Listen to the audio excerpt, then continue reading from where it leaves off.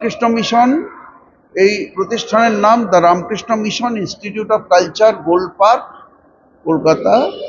এখানে সরস্বতী পুজো আগে ছিল না, তবে বেশ কয়েক বছর হলো শুরু হয়েছে এবং খুব ভালোভাবে হয়। পরম নিষ্ঠা শাস্ত্রবিধি অনুসরণ করে শুদ্ধ সত্য ব্রহ্মচারী সাধু তারা পুজোর আয়োজন করেন এবং ভালোভাবে পুজো হয়।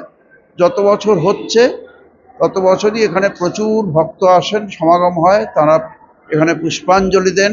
বেশ কয়েকবারই ভিড়ের জন্য পুষ্পাঞ্জলি হয়, 3বার 4বার।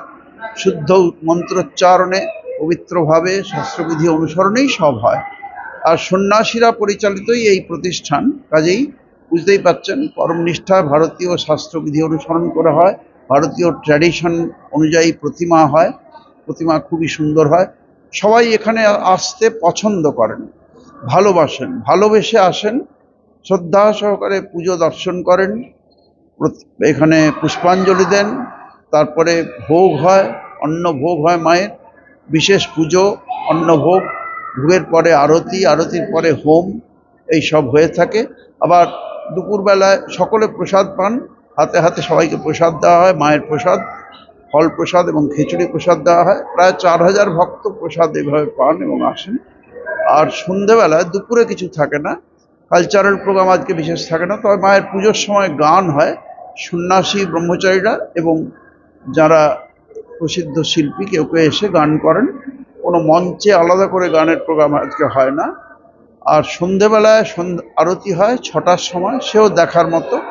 তখন এই যে মেন ফয়ারে আমাদের পুজো হচ্ছে, এখানে প্রায় কয়েক হাজার ভক্ত বসে থাকেন এবং আরতি দর্শন করেন। সরস্বতী দেবী হলেন বাগ দেবতা, তিনি বাগবাদিনী। তার উপাসনা প্রাচীনকাল থেকে, ঋগ্বেদের মধ্যে সরস্বতীর দেবীর কথা আছে, দেবী সরস্বতীর কথা আছে। এবং সরস্বতী হলেন বিদ্যাদায়িনী, তিনি এই পরাবিদ্যাও দান করতে পারেন, মানে ব্রহ্মজ্ঞান পর্যন্ত তিনি দিতে পারেন। তার শক্তিতে মানুষ বাগ্মিতা গুণ অর্জন করে, নানা রকম প্রতিভা, ট্যালেন্ট, সেগুলো দেবী সরস্বতীর কৃপায় পেতে পারে। এইগুলো সরস্বতীর গুণ।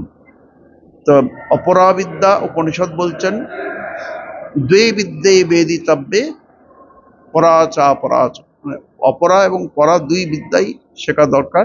জাগতিকভাবে কেউ যদি ভালো হন, সেটা যেমন শেখার দরকার আছে, সেটা শিখলে মাইন্ড অনেক কনসেন্ট্রেটেড হয়, তেমনি পরাবিদ্যা, শ্রেষ্ঠ বিদ্যা, ব্রহ্মবিদ্যাও লাভ করা যায়। সেই জন্যে তার জন্যে সরস্বতীর কৃপা দরকার। এই জন্যই দেবী সরস্বতী সব উপাসনা করে। আপনারাও সবাই সরস্বতীর কৃপা আপনাদের উপরে বর্ষিত হোক।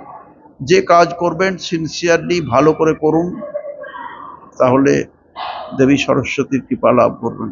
এই আজকে ছাত্রছাত্রী, স্কুল কলেজ, তাদের নিয়ে বিশেষ পুজো অনেক স্কুল কলেজ শিক্ষা প্রতিষ্ঠানে হয়ে থাকে। আর এটা তো বিরাট প্রতিষ্ঠান, আপনারা জানেন, ভারত বিখ্যাত না, পৃথিবী বিখ্যাত, the Ramakrishna mission institute of culture.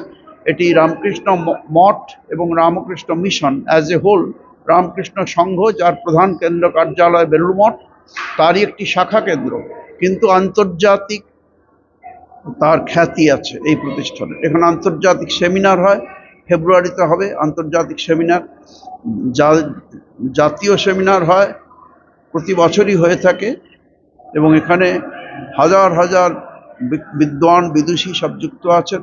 প্রচুর স্কুল এই কোর্সেস আছে, পড়ানো হয়, আপনারাও ভর্তি হতে পারেন।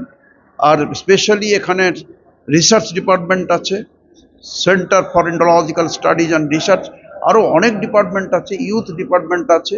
সেখানে সারা পশ্চিমবঙ্গের 23টা জেলাতে ইউথ ডিপার্টমেন্টে হাজার হাজার ইউথকে মোটিভেট করা হয়। তারপরে বিখ্যাত আমাদের স্কুল অফ ল্যাঙ্গুয়েজেস, সেখানে 21টি ভাষা শেখানো হয়, 8000 করে স্টুডেন্ট একটা সেমিস্টারে, মানে বছরে প্রায় 25,000 স্টুডেন্ট এখানে শিক্ষা লাভ করে। 101 জন লেকচারার আছেন, German, French, Japanese, Spanish, Russian, Italian, Greek, আবার ভারতীয় ভাষা, সংস্কৃত, বাংলা, তামিল, উর্দু, এই সমস্ত, হিন্দি, এইসব ভাষাও শেখানো হয়। 21টি ভাষা শেখানো হয়। তো 8000 স্টুডেন্ট তো কম নয়, বছরে 25,000 শিক্ষা লাভ করে। এই প্রতিষ্ঠানের মানে সুনাম সারা পৃথিবীতেই পরিব্যাপ্ত হয়েছে, সকলেই জানেন। ঠিক আছে, ভালো থাকুন। ঠিক আছে, আমার নাম স্বামী। নাম বললেও আপনারা তো ভুলভাল করে ছাপেন বা বলেন। সংস্কৃত সন্ন্যাসীদের নামগুলি সংস্কৃতে হয়। স্বামী বেদ স্বরূপানন্দ, বেদান্ত বেদ স্বরূপানন্দ।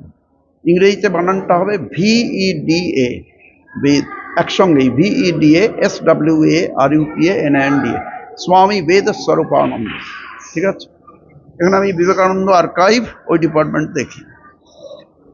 ভালো থাকুন, কল্যাণ হোক, মঙ্গল হোক।